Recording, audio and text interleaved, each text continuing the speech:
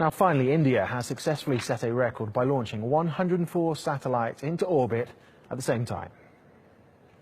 2, 1, 0, plus 1, 2, 3, 4. Now, the rocket carrying them took off from the southern spaceport of Saharikota. It held a 714-kilogram satellite and 103 nano-satellites. Among their uses, the satellites will monitor roads and create maps for water distribution. Most of them are owned by the United States. Russia held the previous record by launching 37 satellites in 2014. Well, for more on this, TRT World's science reporter Surav Roy joins us now in the studio. It's quite a sizable jump from that Russian number to this latest launch by India. What does this mean for the Indian Space Agency? It is indeed a huge accomplishment. But in terms of science, it is not just taking up 103 or 104 satellites up into space. It's also successfully deploying them in orbit, which means a lot of complicated math and a lot of complicated physics into it. And that by itself is a huge accomplishment, to have 103 satellites being deployed in formation, such that all of them, as you rightly said, are nanosatellites. All of them are flying together in a formation in unique orbits. That by itself is a huge accomplishment. The Indians are not looking at setting record. They're looking at maximizing their capacity, which means that they're looking at pushing the next frontier. What could be the next frontier for them?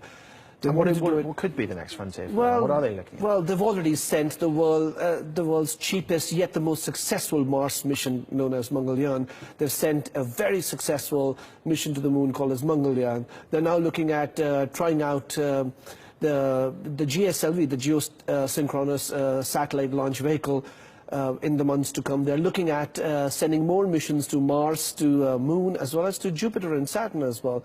And if one has to go by what the space agency ISRO says, the Indian Space Agency, they're looking at one launch a month.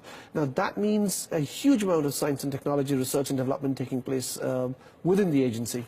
And just how big an achievement is this? We've touched on the figures. Why exactly are they spending so much money, putting so much effort into this? Because it's, like I said earlier, it's not about the money. It's testing your capacity versus your knowledge of science.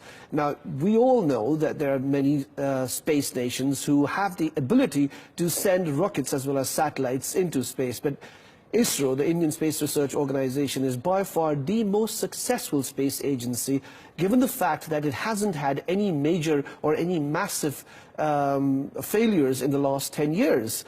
It has had some of its accomplishments, some of them minor, some of them major, but yeah, this is a huge accomplishment for them in the long run. Okay, fascinating stuff. Surav Roy, thank you very much as always.